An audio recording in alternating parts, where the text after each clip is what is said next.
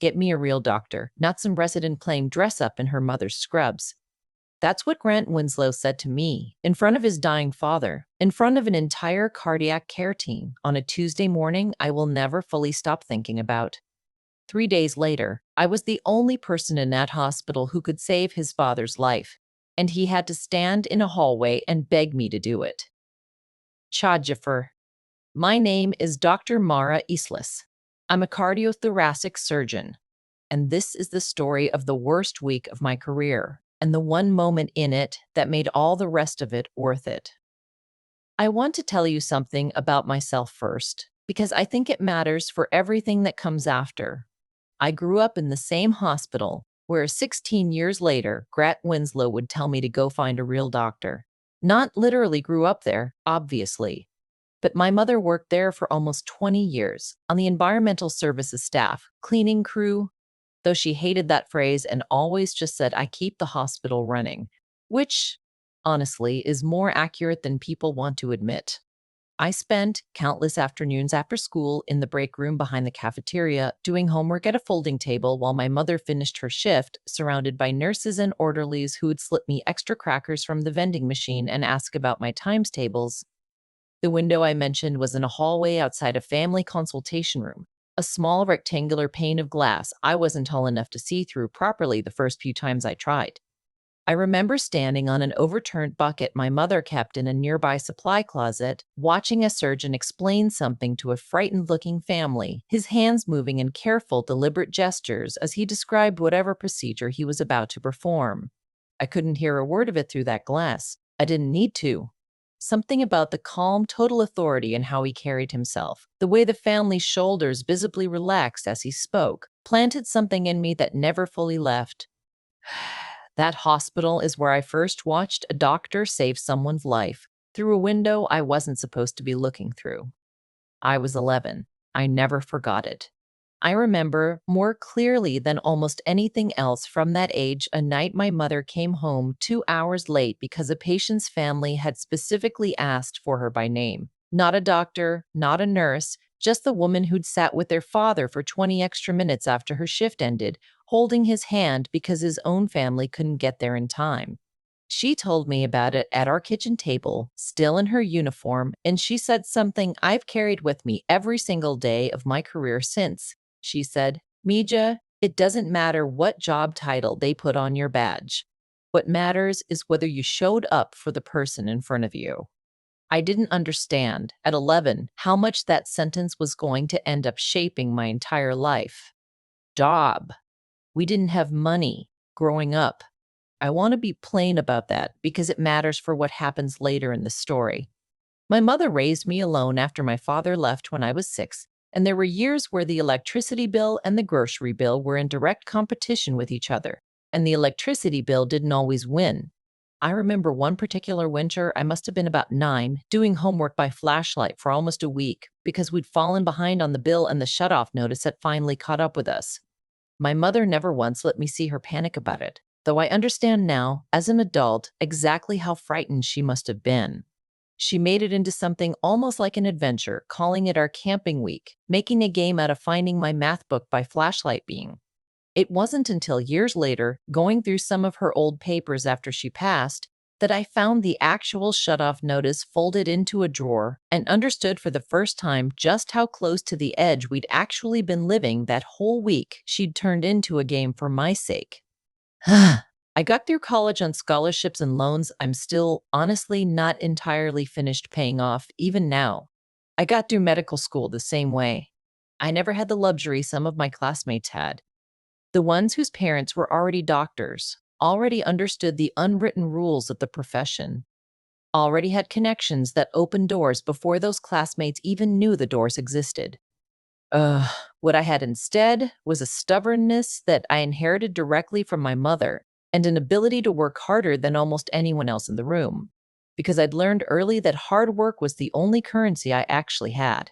I remember my first year of medical school, sitting in a lecture hall next to a classmate whose father was chief of surgery at a different hospital across town.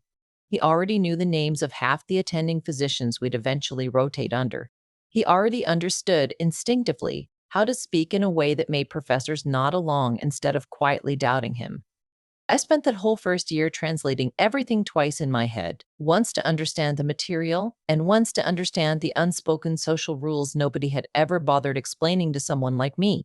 It's exhausting carrying two educations at once like that. I don't think people who've never had to do it fully understand how much energy it costs, energy that could have gone somewhere else entirely. I specialized in cardiothoracic surgery, and within that, I found my way into a particular kind of minimally invasive mitral valve repair that very few surgeons in the country perform with any real volume. I trained under a surgeon in Boston who'd helped pioneer the technique, and by the time I finished my fellowship, I'd assisted on or performed the procedure more times than most surgeons twice my age. My mentor there, Dr. Helen Voss, was one of the only people in my entire training who never once made me feel like I had to earn a basic assumption of competence before she'd actually teach me something. She used to say that the operating room was the one room in medicine where the patient's heart didn't care what your last name was or what your father did for a living, and that she intended to train surgeons who understood that lesson down in their hands, not just in their heads. I think of her every single time I scrub in for that particular repair, and I've tried, in the years since, to be that same kind of teacher for the residents who come through my own program now. I came back to the same city where I'd grown up, to the same hospital system where my mother had once mopped the floors of the cardiac wing, and within 6 years, I was named the youngest chief of cardiothoracic surgery in that hospital's history. I never made a big deal out of any of it. I still drove the same 12-year-old sedan I'd bought used in residency. I still dressed plainly, scrubs, minimal makeup, hair pulled back, no jewelry that could catch on a glove. Some of my younger colleagues used to tease me gently about looking more like a first-year resident than a department chief. I never minded. I'd learned a long time ago that looking unremarkable meant people underestimated me right up until the moment it mattered, and by then it was too late for their assumptions to matter anymore.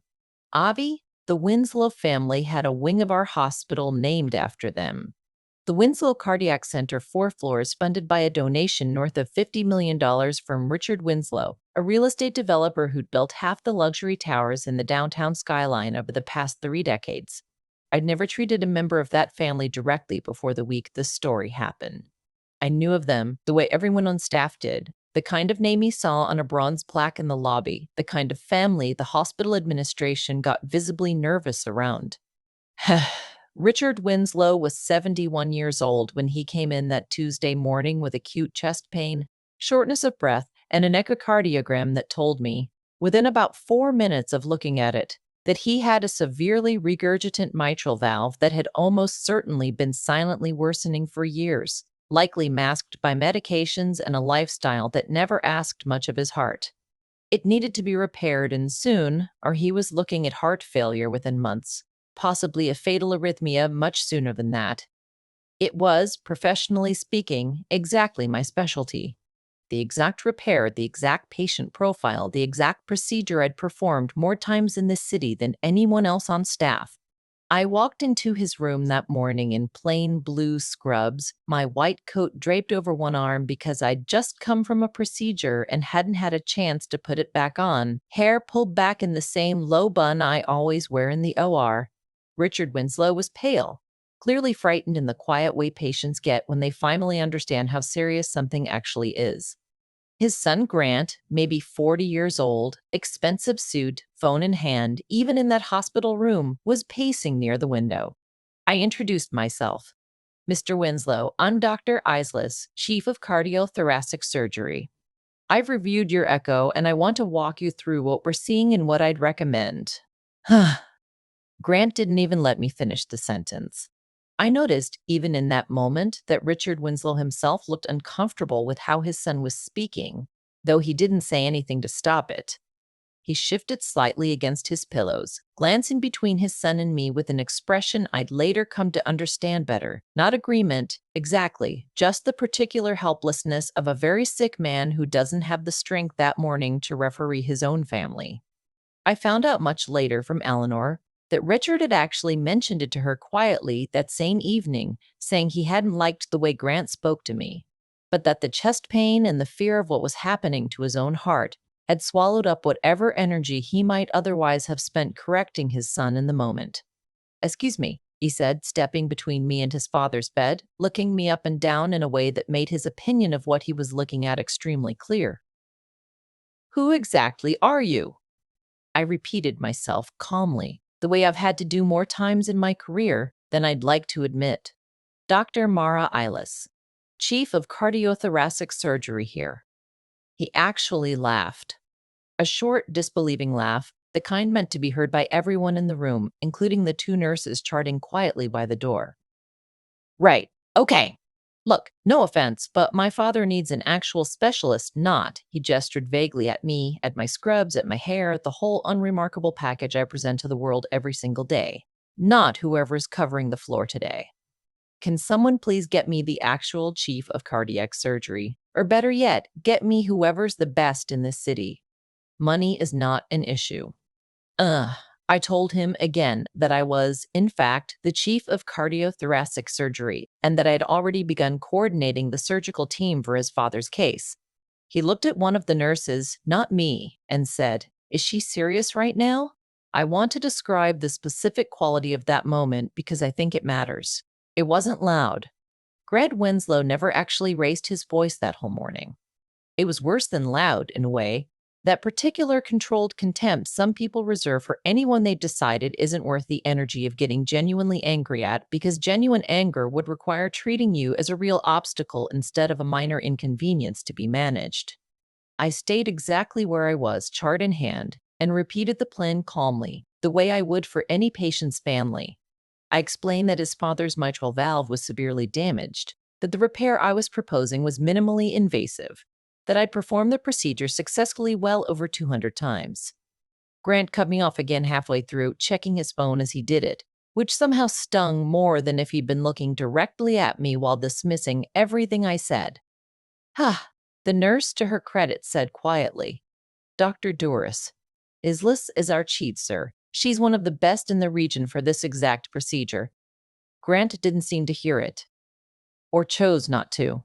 He turned back to me, his voice dropping into the particular register some people use when they think they're being reasonable and patient with someone they've already decided is beneath them. "Look, I'm sure you're very good at whatever it is you do around here. But this is my father.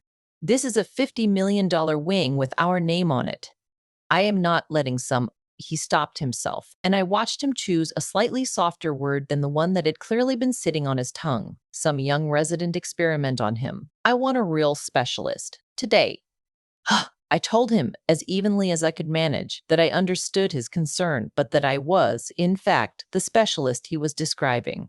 That the procedure his father needed was the exact procedure I'd built the majority of my career around. That I had performed it successfully more times in this hospital system than any other surgeon on staff.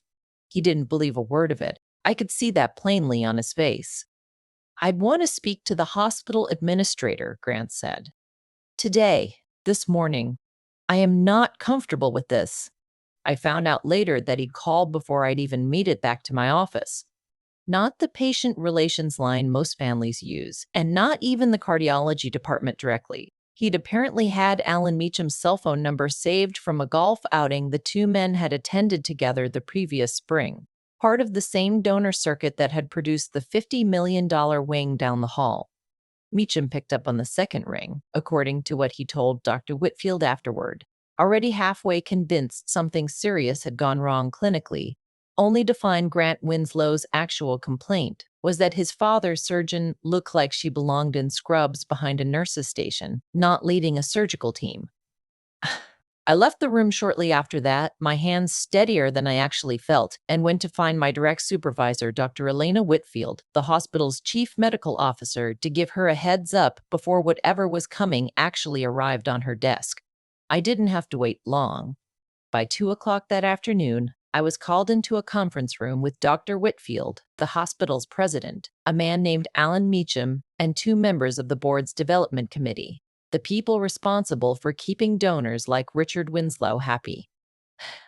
Grant Winslow had called the hospital president directly, not the patient advocacy line, not the chief medical officer's office, The president's personal cell phone, which I later learned Richard Winslow himself had been given years earlier, along with a very expensive dinner, around the time his $50 million donation was first being discussed.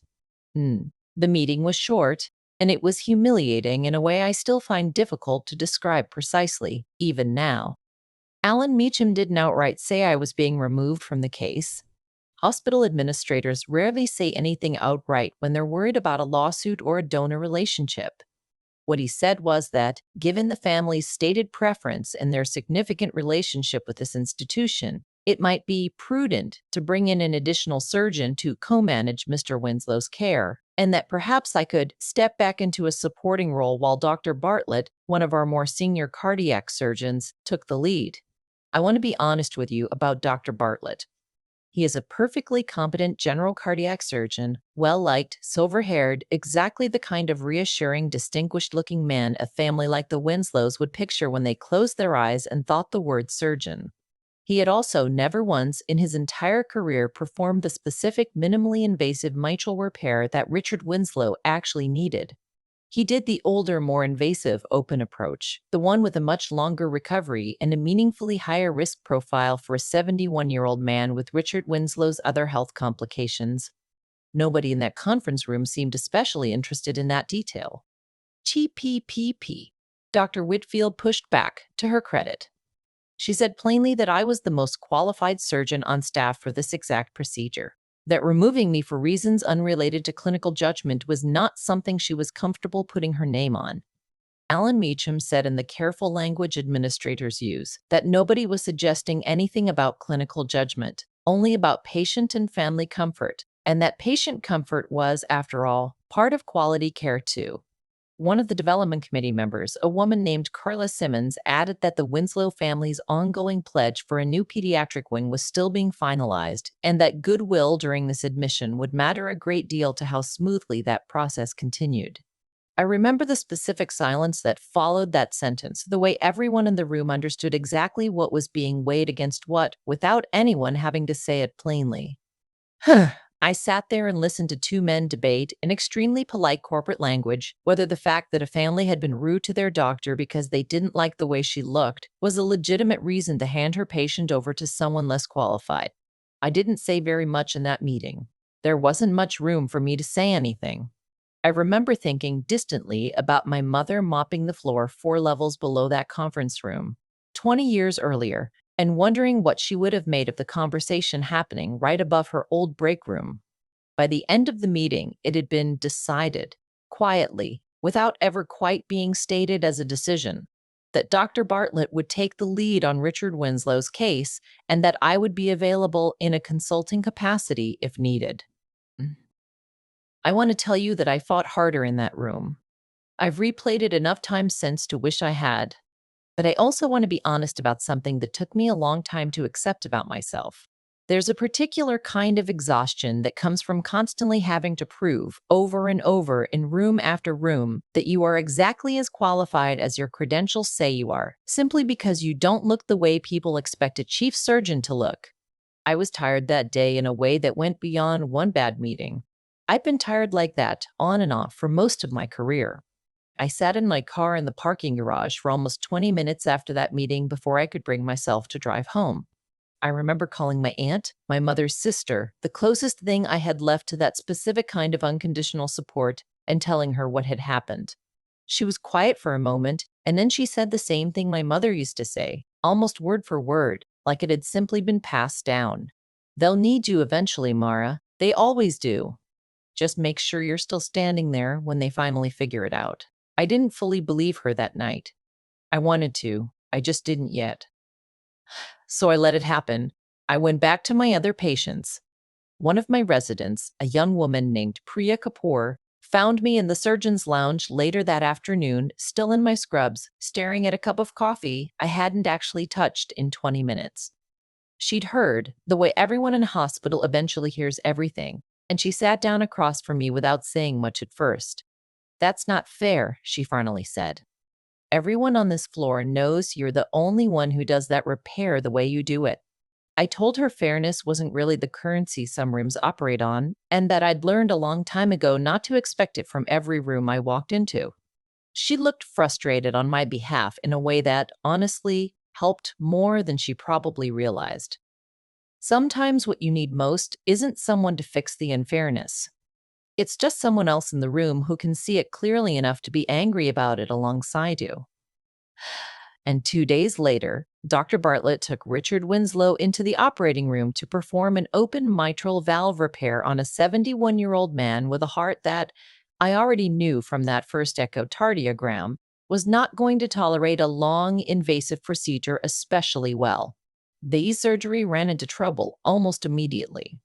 I wasn't in that operating room, but I heard about it in pieces over the following hour. The way these things travel through a hospital, a nurse mentioning it quietly in the hallway, a resident's face when she passed me near the elevators. Richard Winslow's heart went into a dangerous arrhythmia partway through the procedure, complicated by scar tissue from an old minor cardiac event years earlier that hadn't been fully accounted for in the surgical plan. The kind of scar tissue that someone with deep, specific experience in this exact valve and this exact patient profile would have anticipated and planned around from the very first incision. I found out later that the operative note described nearly 40 minutes of unstable rhythm before the team managed to get him back onto a controlled bypass state.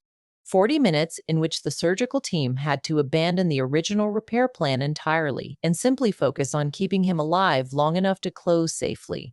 40 minutes is a very long time to spend fighting a heart that's decided it doesn't want to cooperate anymore. I've spent plenty of my own career in exactly that kind of extended, tense standoff, and the difference, always, comes down to how well you anticipated the specific terrain of that particular heart before you ever made the first cut. Dr. Bartlett, to his credit, recognized quickly that he was out of his depth with the complication in front of him. He made the call to stabilize what he could and close rather than push forward into unfamiliar territory with a patient's life on the table. It was the right call, given his own experience. It was also, unfortunately, not the outcome anyone had wanted. Richard Winslow came out of that surgery alive, but worse off than when he'd gone in. The valve still critically damaged, now compounded by the trauma of an incomplete procedure and a heart that had briefly, dangerously, lost its rhythm on the table. He was moved to the cardiac ICU in critical condition, and the surgical team told the family, honestly, that his window for a safe second attempt was narrowing by the hour.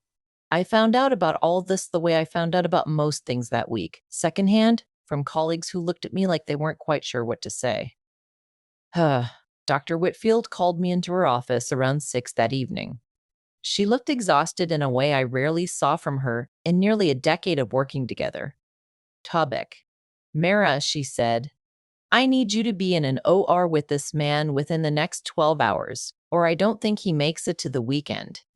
I asked her what had changed. I already suspected the answer, but I wanted to hear her say it plainly after the conference room I'd sat through 2 days earlier. Dr.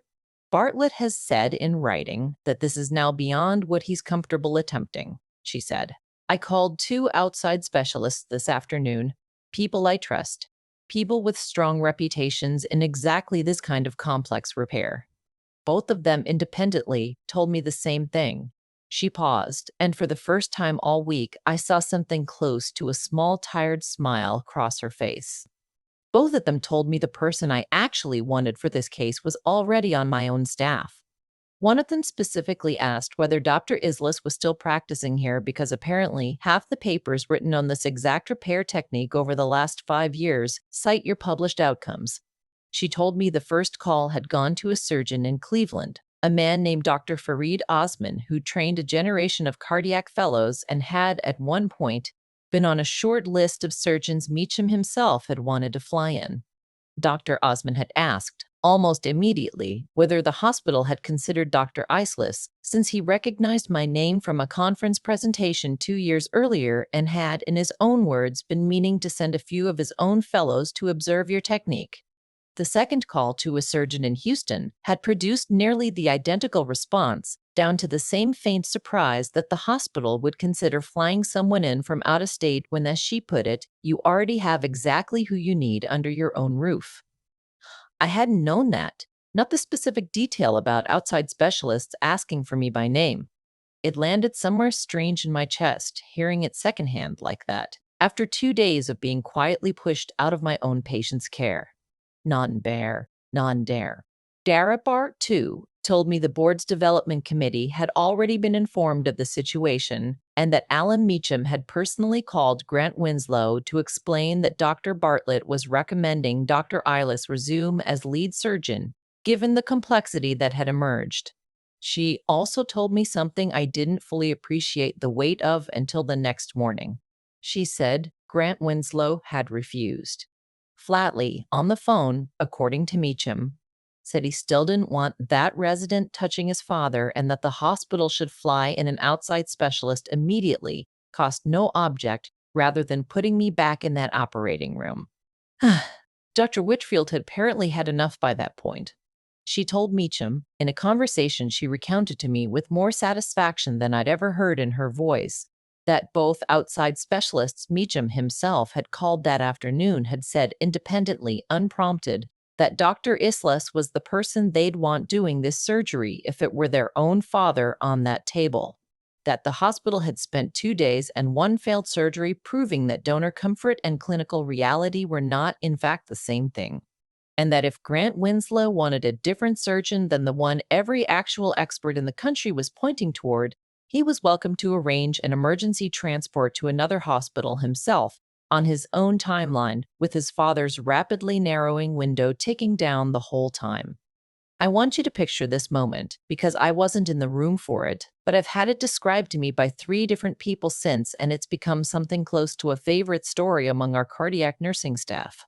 Alan Meacham, hospital president, standing in a hallway outside the cardiac ICU at nearly 10 o'clock at night on the phone with Grant Winslow, informed him politely but without an ounce of the deference he'd shown 2 days earlier in that conference room that Dr. Islis was not merely available in a consulting capacity anymore. According to Dr. Whitfield, who overheard most of it standing a few feet away, Grant tried, at first, to redirect the conversation back to his original demand, asking again about flying in an outside specialist, mentioning a name he'd apparently found through an online search that afternoon. Meacham cut him off calmly and said that he had personally spoken to 2 specialists that same day, both considerably more credentialed than the name Grant had found online, and both of them had said the same thing, that the surgeon best equipped for this exact repair was already on staff, and that further delay purely to satisfy a personal preference would not be something the hospital could responsibly support going forward. She was, as of that moment, the only surgeon in that hospital and very possibly the only surgeon within several hundred miles who both outside specialists agreed was actually equipped to give Richard Winslow the best chance of surviving the next surgery. That the hospital's earlier accommodation of the family's preference had directly contributed to the complication currently threatening his father's life. And that continuing to refuse Dr. Islis's care at this point was not a matter of comfort anymore.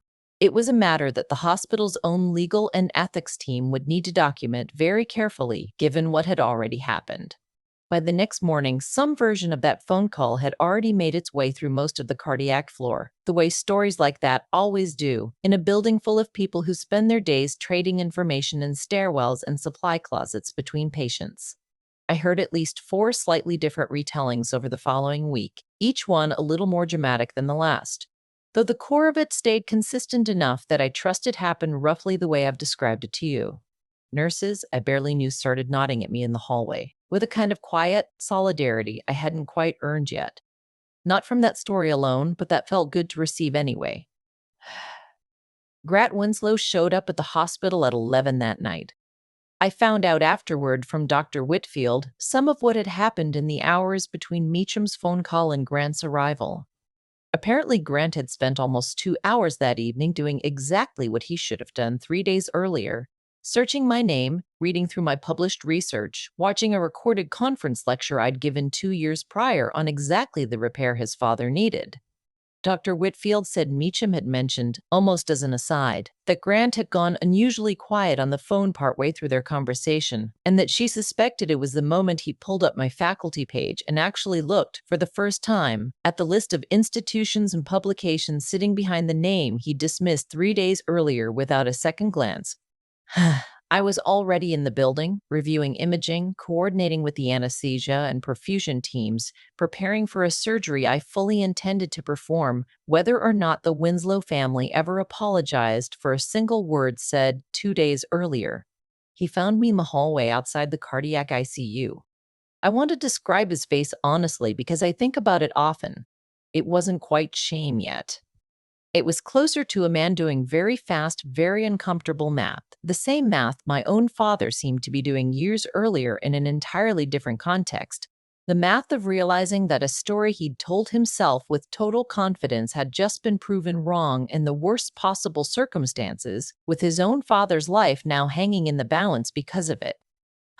Dr. Islas, he said.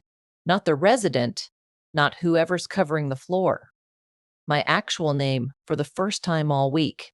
He looked, standing in that hallway at 11 at night, nothing like the man who'd looked me up and down 3 mornings earlier. His expensive suit was rumpled. His phone, for once, was nowhere in his hands.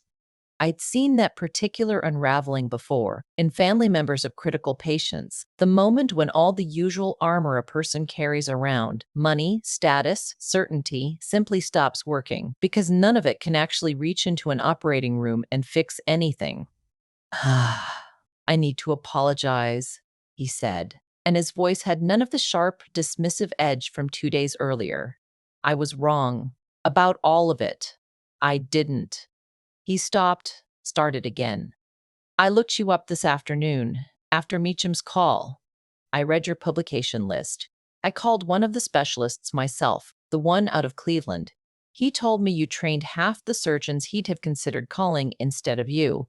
I told him, plainly, that I appreciated him saying so, but that right now my focus needed to be entirely on his father, and that we could discuss anything else after the surgery was over. Please, he said, and for the first time his voice cracked slightly, the practiced confidence completely gone. Please save my father. I know I don't have any right to ask you that, but please.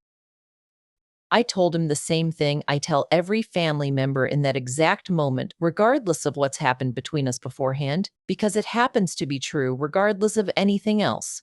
I told him I was going to do everything in my training and my experience to give his father the best possible chance, because that's what I do for every patient who comes through that hospital, whether their name is on a donor plaque in the lobby or not.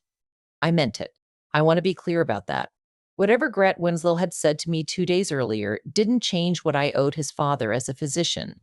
It just meant I walked into that operating room carrying something extra that night, something I didn't examine too closely in the moment because I needed all of my focus elsewhere, but that I've thought about plenty since.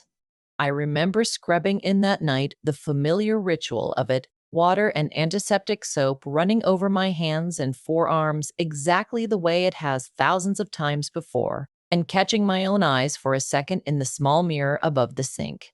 I thought, briefly, about my mother's break room 4 floors below, about a folding table and a box of crackers from the vending machine, about an 11-year-old girl watching a doctor through a window she wasn't supposed to be looking through. Then I stopped thinking about anything except the 71-year-old man on the other side of those doors, because that's the only thing that's ever actually allowed to matter once you're scrubbed in. The surgery took just under 5 hours. The scar tissue Dr. Bartlett had encountered 2 days earlier was exactly where I expected it to be, based on the imaging and the history, because it's the kind of complication my specific experience with this exact repair has taught me to anticipate before the first incision, not discover partway through. There was a stretch about 2 hours in where his heart briefly resisted coming back into rhythm the way I wanted it to. And I remember the particular focused quiet that settles over an operating room in that exact moment. Nobody speaking except in short clipped phrases, the anesthesiologist calling out numbers, the perfusionist adjusting flow, everyone in that room narrowing down to the single shared task of keeping one man's heart doing what it needed to do. We worked around the scar tissue slowly, deliberately, the way Dr. Voss had taught me a decade earlier in Boston, respecting the tissue rather than fighting it. Bit by bit, the repair held. We worked around it. Richard Winslow's heart came off bypass in a stable rhythm. I remembered the specific quiet of that operating room in the minutes after, The particular kind of quiet that only happens when a room full of people who've been holding their breath finally lets it out at the same time. Richard Winslow woke up 2 days later, groggy but stable, his repaired valve functioning the way it was supposed to, his prognosis, barring complications, genuinely good. I went to see him during rounds that following morning. Grant was in the room, along with his mother, Eleanor Winslow, who I hadn't met before that week and who, I should say clearly, had never said an unkind word to me the entire time. She told me later, once things had settled, that she'd wanted to speak up in that first conference room 3 days earlier, but the decades of deferring to her husband and son on business matters, as Grant had apparently framed it to her, had made it difficult to find her own voice in the moment. She said she'd spent the 2 days of Dr. Bartlett's care quietly terrified, watching her husband grow paler by the hour and blaming herself for not insisting harder that someone simply listen to the actual doctor standing in front of them. She stood up when I walked in and thanked me before I'd even reached the bed, her eyes wet, holding both my hands in hers for a long moment. Richard himself, still weak, still finding his voice again after the breathing tube, looked at me and said, quietly, "Thank you, Dr. Isles." Just that. It was enough. Grant stood near the window, the same spot he'd been pacing in 3 days earlier when he'd first looked me up and down and decided instantly that I couldn't possibly be who I said I was. "I owe you a real apology," he said, once I'd finished checking his father's incision and vitals. Not the hallway version from the other night. A real one. I told him I appreciated that and that I'd accept it, but that I also wanted to say something honestly, in case it helped him going forward, since he clearly hadn't intended to nearly cost his own father a life-saving surgery. I told him that the assumption he'd made about me that first morning, resident, playing dress-up, not a real doctor, wasn't really about me specifically. It was a pattern. A story he'd absorbed somewhere about what expertise is supposed to look like, what confidence is supposed to sound like, who gets to be taken seriously at first glance, and who has to spend an entire career proving it over and over. I told him I'd met that pattern more times than I could count, in exam rooms and conference rooms and operating room hallways, long before he ever said a word to me. Cack. It was quiet for a long moment. Then he said something that actually surprised me. "My father built his entire company from nothing. Did you know that? Everyone assumes old money, but he grew up with less than most of the contractors he employs now. I think I grew up so aware of how hard he fought to be taken seriously that I somehow decided the rest of us just get to take shortcuts around that fight. Judge people fast. Assume the polished-looking guy is the expert and the plain-looking woman in scrubs isn't." He shook his head. "I built my whole personality around a shortcut my own father never had the luxury of using. That's not lost on me right now." I told him that was a more honest piece of self-reflection than I usually get from people in his position, and that I hoped he actually held on to it once his father was safely home, and this whole week started to feel like a distant, uncomfortable memory, rather than a lesson still worth remembering. Richard Winslow came back for a 6-month follow-up echocardiogram, looking better than I'd seen him look even before his original admission. Color back in his face, walking without the shortness of breath that had brought him in that first Tuesday morning. He came alone that visit, no entourage, no assistant trailing him with a phone. He shook my hand at the end of the appointment and told me that he'd started telling the story of that week to other people in his own circle, business partners, other donors, deliberately, as a cautionary tale about what happens when you let comfort override competence in a decision that actually matters. He said Grant told the story too, now, usually against himself, which struck me as a genuinely rare thing for a man like Grant Winslow to be willing to do in front of people whose opinion he clearly still cared about. Rhea found me a few days later, once Richard Winslow had been moved out of the ICU and onto a regular cardiac floor, recovering well. She asked if she could scrub in on my next few complex repairs, said she wanted to actually learn the technique properly instead of just reading about it in the papers everyone kept citing that week. I told her I'd be glad to have her and that I still remembered exactly what it felt like to be the only person in a room who had to prove twice that she belonged there. I told her I hoped that by the time she was the one running a cardiac program somewhere, Rooms like that first conference room would be rarer than they still are today. She said she hoped so too, though neither of us pretended to be entirely certain of it. She scrubbed in on her first full mitral repair with me about 2 months later, a much less complicated case than Richard Winslow's had been, and I remember watching her hands steady out over the course of that procedure. The particular transformation that happens when nervous, careful movements slowly become confident ones. Afterward, in the scrub room, she told me it was the first time in her training she'd actually believed she could do this kind of work herself one day, rather than just assist someone else doing it. I told her that belief was the whole point of the last 2 hours, more than the surgery itself had been. The hospital's board quietly revised its policy in the months that followed. Nothing dramatic, no public announcement, but a new internal guideline making it explicit that a patient's family could request a second opinion, but that lead surgeon assignments for complex cases would be made strictly on clinical qualification, full stop, regardless of any donor relationship or family preference. Dr. Whitfield told me later that Alan Meacham had pushed for that change himself in the weeks after Richard Winslow's second surgery in a way she hadn't quite expected from him. I don't know if that change happened because it was the right thing to do or because the hospital's legal team had quietly explained to Meacham exactly how much liability had been sitting in that first conference room 3 days before a nearly catastrophic complication proved every uncomfortable point I hadn't been given room to make out loud. I've decided it doesn't matter much which reason it was. The policy is right either way, and it's the policy that protects the next surgeon who doesn't happen to look the way someone expects a chief of cardiac surgery to look. I called my aunt again the week after Richard Winslow went home, mostly just to tell her she'd been right, that the hospital had needed me exactly the way she predicted in that parking garage phone call.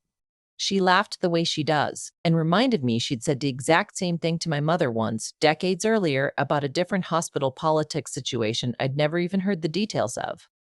It runs in this family, she said.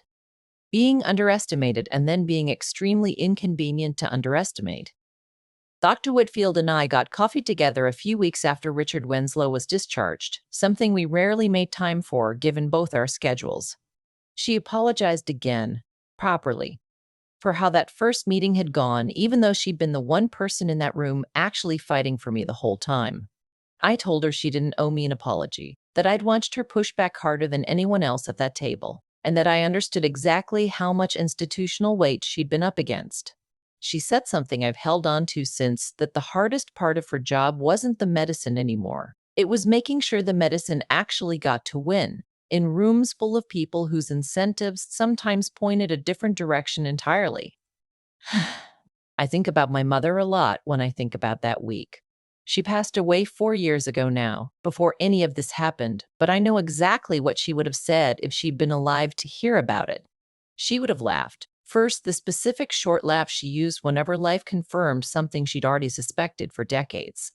And then she would have told me, the way she told me 100 times growing up, that people will underestimate you right up until the moment they desperately need you not to be exactly what they underestimated.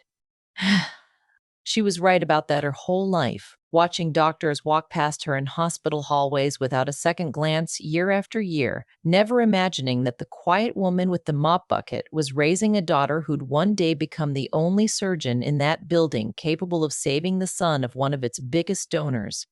I got a message a while after the story first made its way around from a young woman finishing her final year of nursing school who said her clinical instructor had once told her in front of a whole rotation group that she didn't carry herself like leadership material.